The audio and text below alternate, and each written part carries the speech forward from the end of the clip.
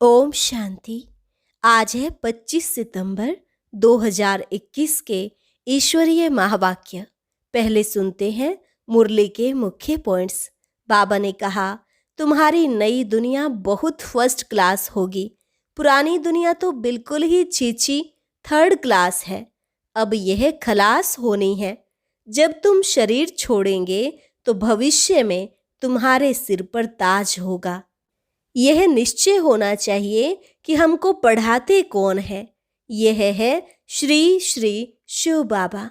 वही तुमको श्रीमत दे रहे हैं। जिनको यह भी पता नहीं वह श्रेष्ठ कैसे बन सकते। फिर बाबा ने समझाया, आत्म अभिमानी बनो। इसमें ही मेहनत है। पूरा आत्म अभिमानी बन जाए तो बाकी क्या चाहिए। आजकल तो एक दो को भ्रष्ट बनाने की मत देते हैं। तुम इतने सब ब्राह्मण श्री श्री शिव बाबा की मत पर चल रहे हो। परमात्मा की मत से ही श्रेष्ठ बनेंगे। बाबा ने कहा, अपना अभी का चित्र और भविष्य राजाई का चित्र निकाल कर रखो। घड़ी घड़ी याद आता रहेगा कि हम सो देवता बन रहे हैं। ऊपर में शिव बाबा जरूर हो। बाप को याद करने का उपाय ढूंढना चाहिए। बाप की याद भूल जाने से ही विकार में गिरते हैं। ऐसे विकार में गिरने वालों का फोटो निकाल दो। बोलो, तुम स्वर्ग में चलने लायक नहीं हो। तुम्हारा पासपोर्ट खलास।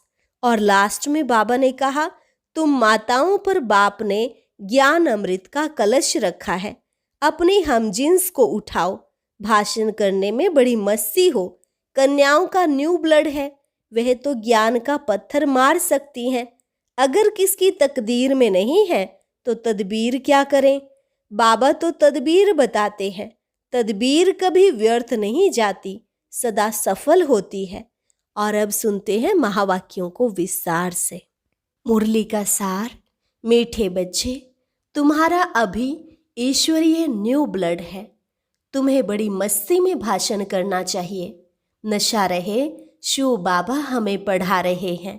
प्रश्न, तुम्हें अपनी एम ऑब्जेक्ट का नशा स्थायी बना रहे, उसके लिए कौन सी युक्ति अपनाओ। उत्तर, अपना राजाई पासपोर्ट निकाल कर रखो। नीचे साधारण चित्र, ऊपर राजाई पोशाक से सजा सजाया और उसके ऊपर शिव बाबा। तो एम ऑब्जेक्ट की स्मृति सहज रहेगी। पॉकेट में यह पासपोर्ट पड़ा रहे। जब कभी माया के तूफान आएंगे तो ख्याल चलेगा कि अब हमारा यह पासपोर्ट तो कैंसिल हो जाएगा। हम स्वर्ग में जा नहीं सकेंगे। गीत, रात के राही थक मत जाना, सुबह की मंजिल दूर नहीं। ओम शांति। बच्चों ने इस गीत का अर्थ समझा।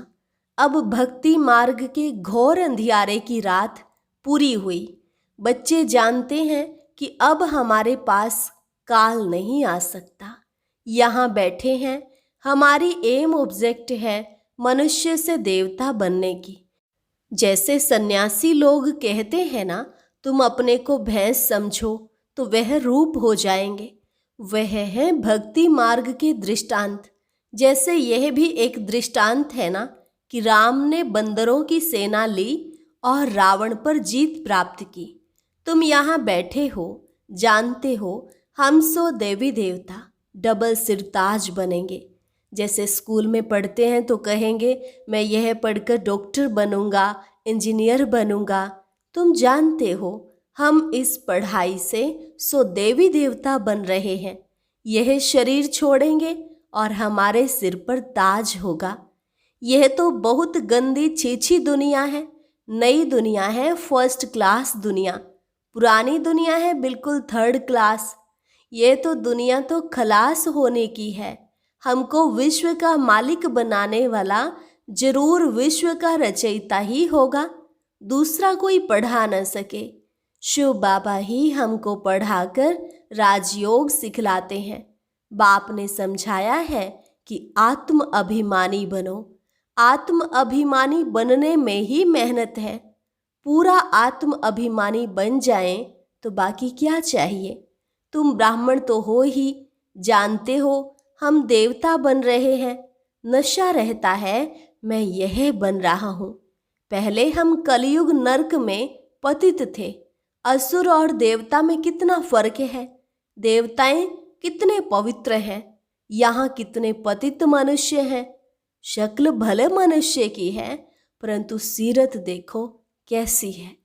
जो देवताओं के पुजारी हैं वह खुद भी उन्हों के आगे महिमा गाते हैं, आप सर्वगुण संपन्न, 16 कला संपूर्ण, हमारे में कोई गुण नहीं। अब तुम चेंज होकर देवता बनेंगे। कृष्ण की पूजा करते ही इसलिए हैं कि हम कृष्णपुरी में जाएं, परंतु यह पता नहीं कि कब जाएंगे। भक्ति करते रहते हैं कि भगवान आकर फल देंगे। भक्ति का फल है सद्गति। तो यह है पढ़ाई। पहले तो यह निश्चय चाहिए कि हमको पढ़ाते कौन है। यह है श्री श्री। तुम बच्चे जानते हो बाप हमें श्रीमत दे रहे हैं। जिनको यह पता नहीं वह श्रेष्ठ कैसे बन सकते। आजकल तो एक दो को भ्रष्ट बनाने की मत देते हैं। भ्रष्ट मत है आसुरी मत। इतने सब ब्राह्मण श्री श्री शिव बाबा की मत पर चल रहे हैं। परमात्मा की मत से ही श्रेष्ठ बनते हैं। जिनकी तकदीर में होगा उनकी ही बुद्धि में बैठेगा, नहीं तो कुछ भी नहीं समझेंगे। जब समझेंगे तब खुद ही मदद करने लग पड़ेंगे। कई तो जानते ही नहीं कि यह कौन है, इसलिए बाबा कोई से मिलते भी नहीं हैं। वे तो और ही अपनी आसुरी मत निकालेंगे। अभी सब मानव मत पर ही चल रहे हैं। श्रीमत को न जानने कारण ब्रह्मा बाप को भी अपनी मत देने लग पड़ते हैं। अब बाप आए ही हैं तुम बच्चों को श्रेष्ठ बनाने। अब बच्चे कहते हैं बाबा 5000 वर्ष पहले मुआफिक हम आपसे मिले हैं। जिनको पता ही नहीं वह ऐसे रेस्पॉन्स दे न सके। बच्चों को पढ़ाई का बहुत नशा रहना चाहिए। यह बड़ी उच्च पढ़ाई है, परंतु माया भी बड़ी अगेंस्ट है। तुम जानते हो हम वह पढ़ाई पढ़ते हैं जिससे हमारे सिर पर डबल ताज होना है। भविष्य जन्म जन्मांतर डबल ताजधारी बनेंगे, तो उसके लिए फिर ऐसा पुरुषार्थ करना चाहिए। इनको कहा जाता है राजयोग। कितना वंडर है। बाबा हमेशा समझाते हैं लक्ष्मी नारायण के मंदिर में जाओ। पुजारी को भी तुम समझा सकते हो। उनसे पूछो कि लक्ष्मी नारायण को यह पद कैसे मिला, यह विश्व के मालिक कैसे बने। ऐसे ऐसे बैठ किसको सुनाओ तो पुजारी का भी कल्याण हो जाए। तुम कह सकते हो कि हम आपको समझाते हैं। इन लक्ष्मी नारायण को राज्य कैसे मिला। गीता में भी भगवानो वाच्य है ना कि मैं तुमको राजयोग सिखलाकर राजाओं का राजा बनाता हूँ। तो बच्चों को कितना नशा रहना चाहिए, हम यह बनते हैं। भल अपना चित्र और राजाई का चित्र भी साथ में निकालो। नीचे तुम्हारा चित्र, ऊपर राजाई का चित्र हो। इसमें खर्चा तो है नहीं। राजाई पोशाक तो झट बन सकती है। वह अपने पास रख दो तो घड़ी घड़ी याद आता रहेगा हम सो देवता बन रहे हैं। ऊपर में भले शिव बाबा हो। यह सब चित्र निकालने होंगे।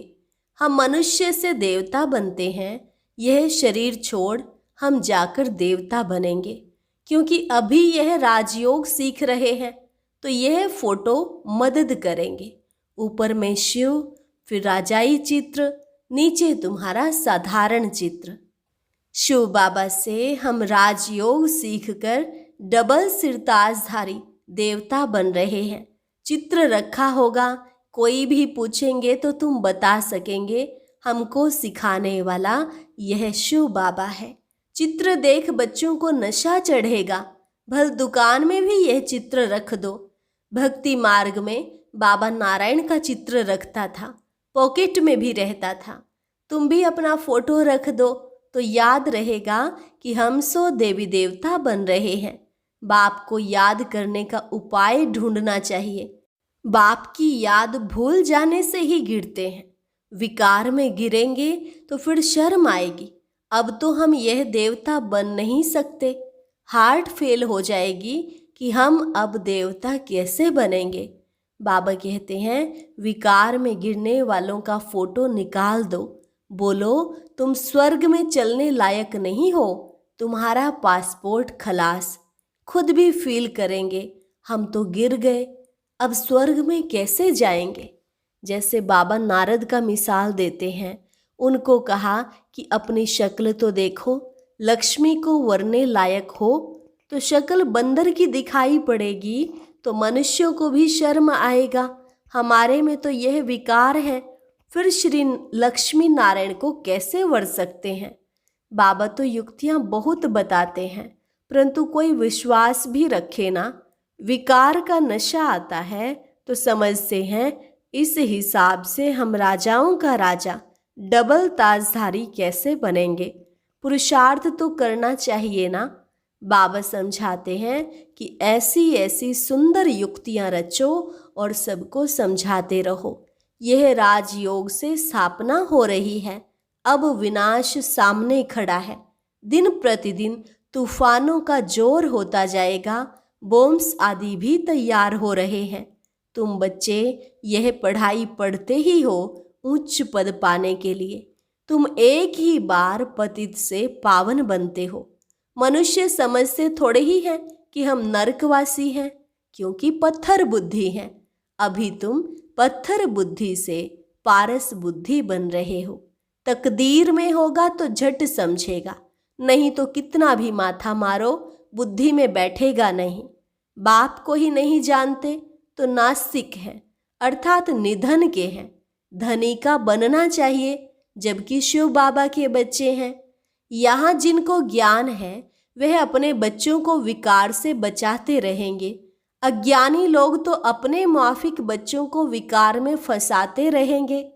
तुम जानते हो यहाँ विकारों से बचाया जा सकता है। कन्याओं को तो पहले बचाना चाहिए। माँ बाप तो जैसे विकार में धक्का देते हैं। तुम जानते हो कि यह भ्रष्टाचारी दुनिया है। श्रेष्ठाचारी दुनिया तो सब चाहते हैं, परंतु वह कौन बनाएगा। भगवान उवाच, मैं इन साधुओं संतों का भी उद्धार करता हूँ। गीता में भी लिखा हुआ है कि भगवान को ही सबका उद्धार करना है। एक ही भगवान बाप आकर सबका उद्धार करते हैं। इस समय अगर मालूम हो जाए कि बरोबर गीता का भगवान शिव है तो पता नहीं क्या हो जाए, परंतु अभी थोड़ी देरी है, नहीं तो सबके अड्डे एकदम हिलने लग पड़े। तख्त हिलते हैं ना, लड़ाई जब लगती है तो पता पड़ता है कि इनका तख्त हिलने लगा है, अब गिर पड़ेगा। अभी यह हिले तो हलचल मच जाए, आगे चल होने का है। तो भाषण में भी तुम समझा सकते हो। संस्कृत जो अच्छी रीति जानते हैं वह श्लोक सुना सकते हैं।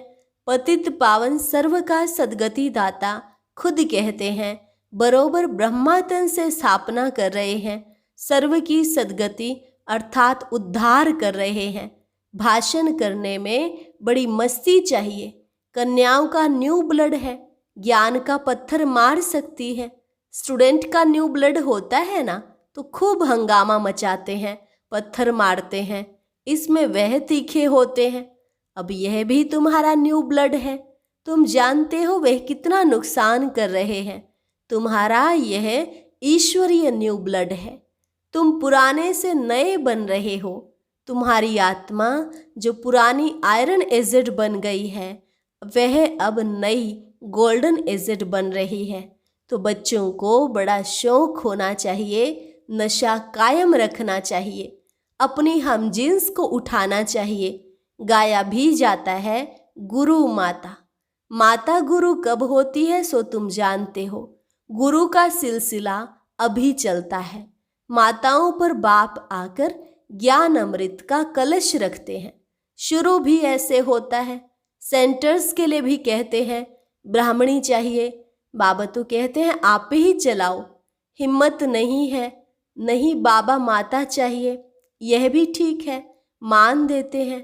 आजकल दुनिया में एक दो को लंगड़ा मान देते हैं, स्थाई किसको मिलता नहीं है। इस समय तुम बच्चों को स्थायी राज्य भाग्य मिल रहा है। तुमको बाप कितने प्रकार से समझाते हैं।